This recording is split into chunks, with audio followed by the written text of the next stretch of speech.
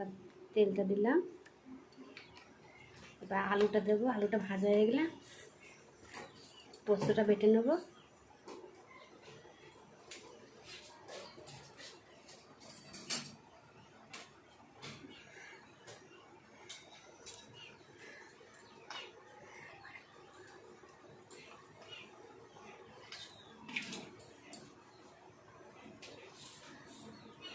একটা শুকনো লঙ্কা দেবো।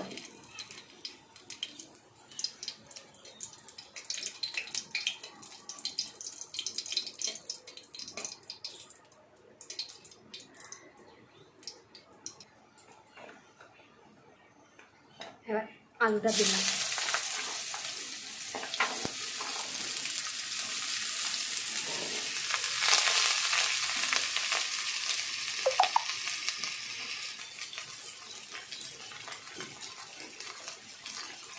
নুন,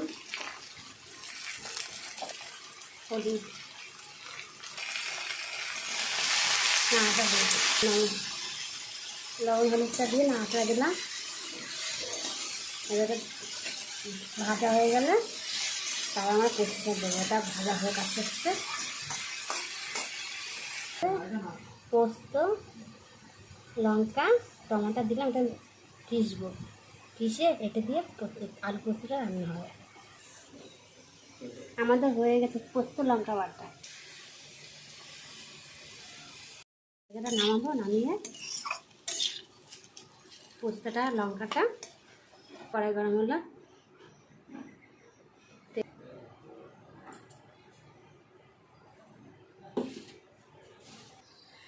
শুকনো লঙ্কাটা দিলাম। শুকনো লঙ্কা লাল হয়ে গেলে তারপর আমরা দেবো পোস্ত, পোস্ত লঙ্কা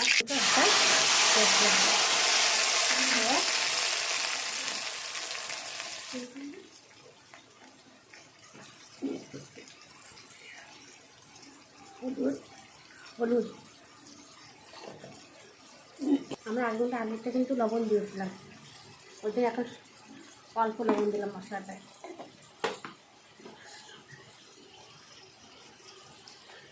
হালকা চিনি মারবো।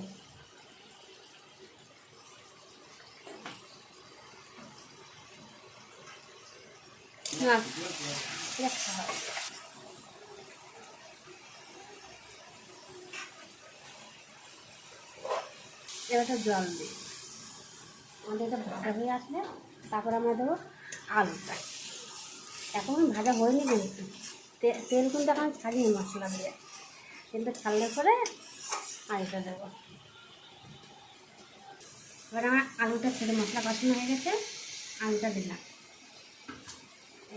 আলুটা দিয়ে হালকা নাড়াচাড়া দিলাম। নাড়াচাড়া দেওয়া হয়ে গেল,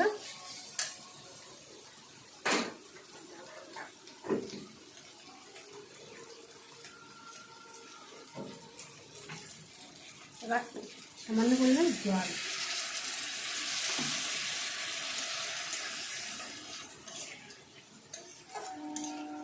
জলটা আমার দিয়েছি। এবার এটা আস্তে আস্তে আচ্ছা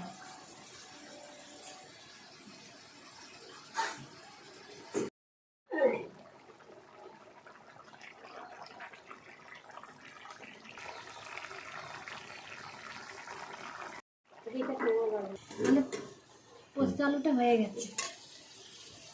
ছাড়াটা তুললাম, এই কেমন পোস্ত আলু হয়ে এসছে দেখি। হয়ে গেছে পোস্ত আলু। এই পোস্ত আলুটা কিন্তু এইভাবে রান্না করতে হবে, বেশি ঝোল না বেশি শুকনো না।